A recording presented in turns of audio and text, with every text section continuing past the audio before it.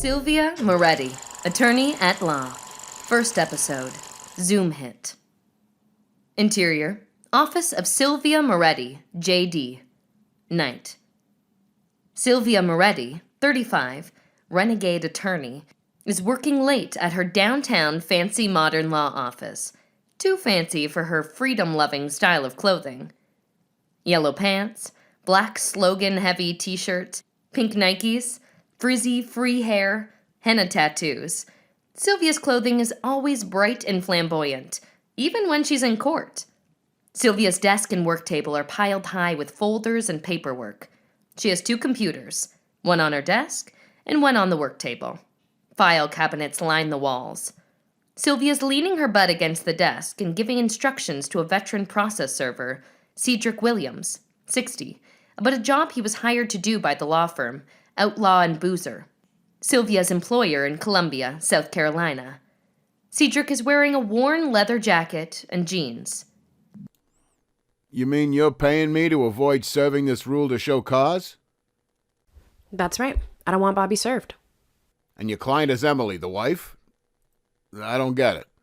Bobby has colon cancer. He's out of work. He can't afford to pay child support. Right. What about the wife? She's sleeping with the mayor, but she refuses to do reconnaissance for me. Not even one HR file. Does Mr. Boozer know about this? No. Here's your pay. Go buy yourself a nice dinner. Silvia hands Cedric the check. He walks away, shaking his head, puzzled. Thanks, Cedric. Silvia stretches, fluffs up her beautifully frizzy hair, and then sits back down at her desk. She has a client file that she considers, wrinkles her nose, and closes. We can see the front of Silvia's computer screen. She switches to the internet and opens up a Zoom screen. She picks up her phone and texts Eddie Flanders, MD, 55, her lover and friend from Duke University. She opens the screen to have a Zoom conference with Eddie.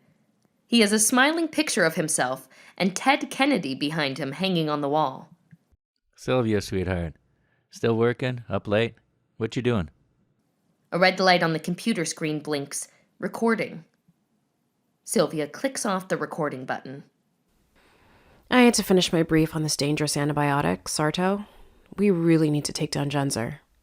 My expert testimony will do the trick. It better. Johnny's going to be angry at me when he finds out I sent some confidential discovery materials to the press. We're under a court order not to do that.